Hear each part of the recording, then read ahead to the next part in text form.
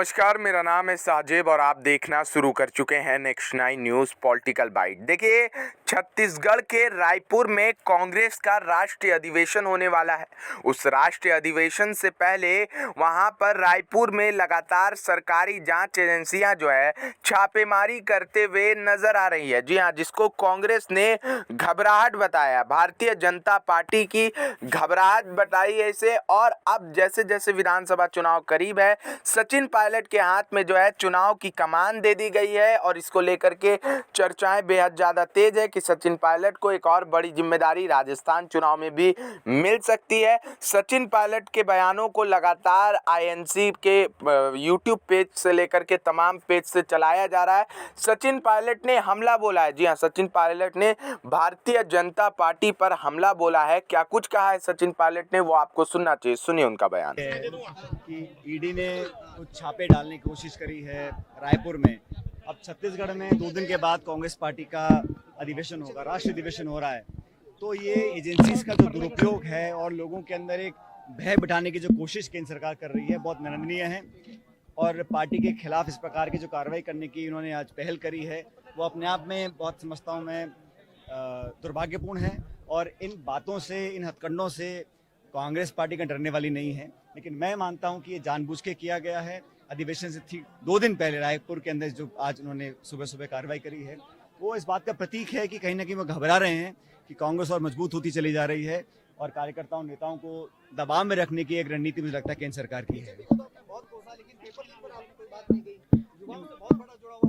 नहीं, मैं तो हमेशा से कहता आया हूँ, जो नौजवान हैं उनकी चिंता हमको बहुत ज़्यादा करनी चाहिए।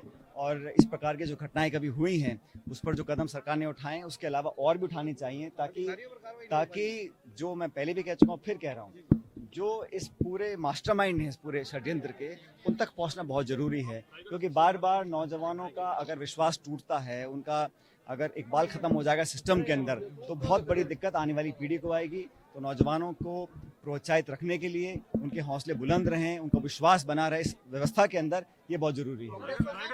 वो संगठन ऐसा है, चुनाव तो भी मैं कल मेघालय जा रहा हूँ, परसों में कर्नाटक में था, चुनाव वहाँ पर भी हैं, नागालैंड में भी हैं और कर्नाटक में मई में होंगे। उसके बाद राजस्थान, मध्य प्रदेश, छत्तीसगढ़, तीनों स्टेट्स के चुनाव है, बहुत इंपॉर्टेंट है कांग्रेस पार्टी के लिए। और मुझे लगता है कि जो अब तक हम लोगों ने काम किया है, आने वाले 9 महीने बचे हैं, इसमें हम लोगों को पूरी ताकत के साथ उतरना पड़ेगा। और अगर अच्छा तालमेल रहेगा तो ये परिपाटी हम तोड़ सकते हैं। मैंने जो राजस्थान के संदर्भ में अपने सुझाव आला कमान को दे रखे हैं, उस पर कुछ कार्रवाई उन्होंने करी है और मैं समझता हूँ आगे करने की ज़रूरत है। और 23 में जो चुनाव होंगे उसमें हम लोग जीत सकते हैं। और आगे क्या करना है इसका निर्णय कांग्रेस पार्टी को करना है। और मुझे पूरा विश्वास है कि कांग्रेस पार्टी सही समय पर सही निर्णय लेगी।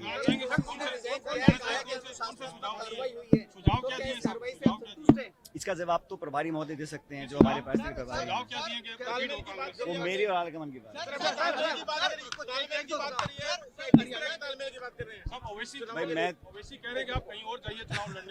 भाई, मैं तो कहता हूँ ऐसा है, डेमोक्रेसी में, लोकतंत्र में हर एक को अधिकार है अपने भाषण देने का, अपनी विचारधारा को प्रचलित करने का, अपने संगठन को मजबूत करने का और चुनाव लड़ने का। और सभी का स्वागत है, इसमें किसी को रोक नहीं है। लेकिन सवाल तब उठता है कि चुनाव से ठीक पहले आप यहाँ पर आए, चाहे ओबीसी जी हो चाहे कोई भी हो, सबका स्वागत है। आप आए, अपनी बात को रखें। अंतिम निर्णय मेरी बात सुनेंगे। अंतिम निर्णय जनता को करना है, कौन से लोग, कौन से नेता, कौन सा प्रत्याशी, कौन सी विचारधारा उनको पसंद है।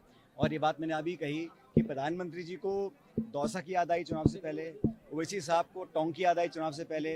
तो हम सब जानते हैं कि वो चुनाव से पहले कौन सा नेता किसको टारगेट करके काम करने की कोशिश कर रहे हैं। लेकिन मुझे पूरा विश्वास है लोगों के ऊपर, और राजस्थानी जनता ने मुझे दशकों से आशीर्वाद दिया है, आगे भी देगा। वो कह रहे हैं आपका सपना पूरा नहीं होगा।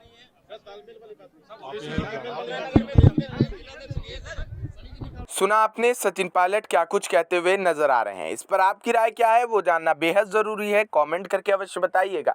तब तक के लिए बने रहें और देखते रहें नेक्स्ट 9 न्यूज़ पॉलिटिकल बाइट।